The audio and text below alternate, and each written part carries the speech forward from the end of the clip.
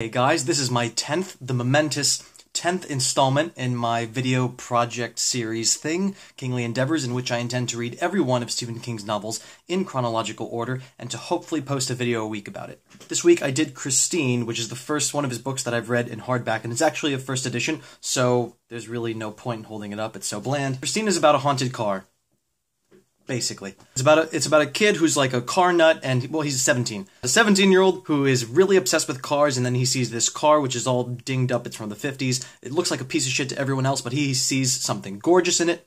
He buys the car from a shady character who dies almost immediately thereafter, and then the car starts showing that it's haunted, but like just about everything else in Stephen King's body of work up to this point, it's about addiction. Obviously, Salem's Lot and The Shining were very much about addiction. I mean, Salem's Lot being about vampires, and what is a vampire? It's a fucking addict. It's someone who's killing people in order to satisfy an unquenchable thirst. And conceivably, you could say about Cujo, which is the story of a rabid dog who kills people and who is himself possessed by a demon. You could say that the rabies that has made Cujo go crazy is another depiction or manifestation of, addiction, being fucked up on something, some sort of mind-altering substance in your body.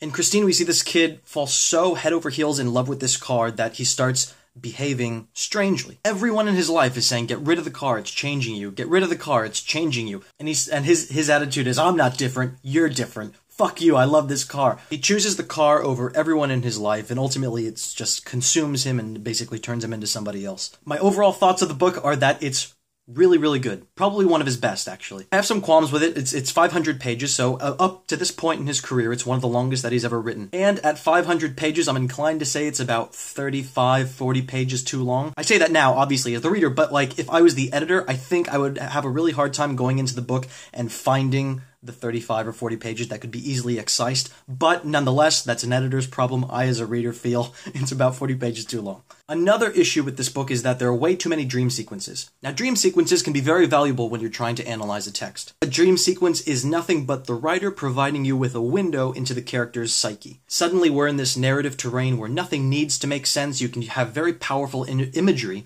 that is supposed to exercise all of the literary tools, like foreshadowing, metaphor, etc. The thing with dream sequences, though, especially when you tell your reader in advance that this is a dream sequence, or if you italicize the text so that it's very clear that this is a dream sequence, the issue then is that the reader knows nothing is at stake here. It's a dream, so it doesn't matter if a dude's being chased by the headless Candyman. It doesn't matter. Nothing bad will come of this. It's a dream. Everything is safe. So when you're writing a novel, particularly a horror novel or a suspense novel, where there's like mortal danger is supposed to be the driving force of the book, you then have all these dream sequences where mortal danger is out of the question. It kind of takes the reader out of it, and in a 500-page book, it inclines you to kind of skip ahead. That's basically all of my qualms, though. This was just really, really good. So Christine is terrific, and I'm going to say that alongside of The Dead Zone, Carrie, and Cujo, it serves as a really great place to start with Stephen King. If you're not already a fan, if you're not really accustomed to his style, it's a great place to start. As I mentioned, this is my 10th installment in the Kingly Endeavors thing. Only on the 9th novel, granted, because I did take a little bit longer with The Stand than I anticipated, and then I ended up making that video about having marathoned all of the Children of the Corn movies. But technically, it would make more sense to do a retrospective of King's work after the next video, when I would be on his 10th novel, which is Pet Sematary, but this is the 10th episode, and of course, this is all about me, so I'm celebrating and doing a retrospective now. But yeah, before getting into that, the first thing I feel I need to mention is how thankful I am that everyone ended up watching this. I have very personal motives for embarking on this that I won't get into, maybe later on. Most of this, of course, is just a testament to Stephen King's popularity, but I feel really, really humbled by the fact that you guys are giving your time over to watching this shit. In my email account, I keep all of the YouTube notifications about, like, a new subscriber, so that every time I check in to find some new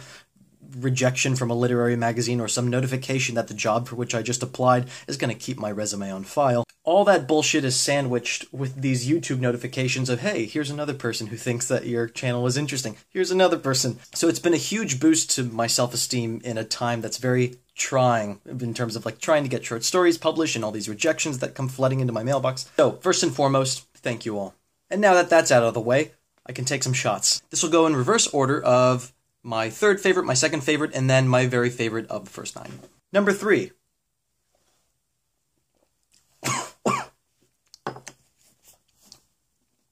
Christine, which I just did a review for, So there isn't a whole lot left to say. Duh!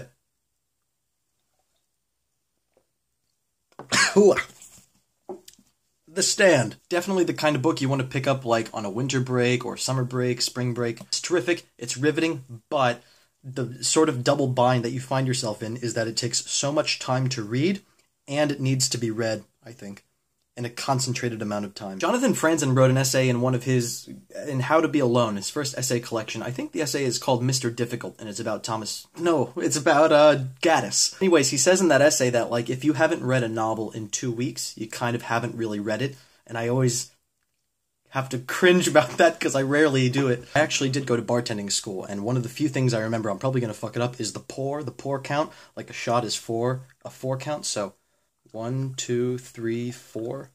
You can probably imagine why I was never hired as a bartender. And so, of the first 9 Stephen King novels that I've read in this project, my very favorite is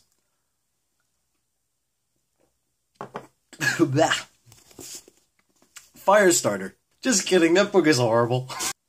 My number 1 is Cujo, the most propulsive of all of these first 9 books. At 300 pages, I think it's also one of the shortest, right after Carrie. And also, and it's something that it has in common with Christine, which was, 2 books after it. The ending feels more mature and adult. Not exactly a happy ending, and it's the same thing with Christine. It's kind of bittersweet. I'm not trying to suggest that just because you have like a miserable or a bleak ending that it is inherently more mature or refined than a happy ending. But there's just something about the ending of Cujo and the ending of Christine that reflect the sensibility of a person who's lived a checkered life and just has a sense for its checks and balances, the ups and the downs. I think I'm kind of just rambling at this point. So yeah, thanks for watching, and I will see you hopefully next week with the review of his 10th novel, Salem's Lot.